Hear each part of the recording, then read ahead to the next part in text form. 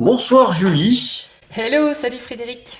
Bonsoir, bonsoir. Donc, Oui, Julie Liebon, professeur de chant et coach vocal. Donc, merci, avec merci plaisir. d'avoir Mm. accepté cette invitation en tous les cas.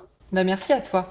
Qu'est-ce que la voix pour toi? Parce que bon, pour moi, c'est un Ça, outil, c'est grande question. Ouais, ouais, ouais, mais ouais. qu'est-ce que c'est pour toi? Ben, t'as raison, c'est entre autres ce que j'aurais envie de te répondre.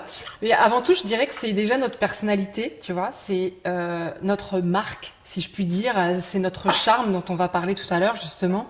C'est une empreinte personnelle. Clairement, c'est quelque chose qui nous définit, en fait, et qui aussi, comme tu dis, un outil pour s'exprimer, pour s'épanouir, pour communiquer avant tout.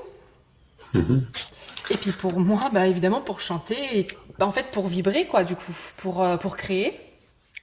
Une autre question, c'est comment on peut faire justement pour protéger sa voix, pour la porter et pour la Ouais, protéger.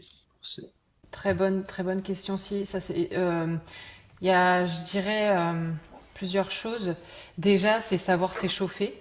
La Oui. voix, ça peut aider, en fait, ça va être un bon point selon ce qu'on fait, hein, mais si tu parles ou que tu chantes en public, avec un minimum de gens en tout cas, ça nécessite une voix bien réveillée quand même, parce que d'une, tu seras plus performant, et puis de deux, tu seras plus confiant.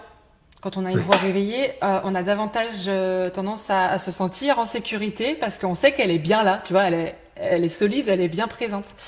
Et puis, il y a aussi une chose à savoir par rapport à l'échauffement, c'est que ça se fait toujours en progression. Jamais on y va fort, quoi. Au contraire, un bon échauffement, c'est d'abord doux, puis après de plus en plus fort ou de plus en plus ouvert, tu vois, ça s'apprend. Voilà. Et puis après, bah, c'est savoir utiliser une bonne respiration basse, utiliser les bons muscles du bas justement pour bien porter sa voix, c'est utile. Et pour la protéger évidemment aussi. Et puis s'entraîner à relâcher les tensions parce qu'il y en a souvent des tensions chez tous les gens, chez tout le monde. C'est surtout pour la voix chantée évidemment, mais la voix parlée et portée, oui, ça arrive très fréquemment. Donc ça, quand on a une voix qui fatigue, tu vois, Oui. ou au fur et à mesure de nos présentations, des fois ça arrive qu'on ait la voix qui flanche un peu ou qui ait du mal à tenir, bah, c'est qu'il y a des tensions, quoi. C'est un très bon indicateur et souvent on le sent quand c'est trop tard. Mhm.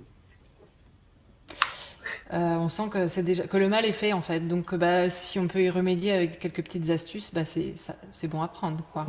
Oui. Voilà.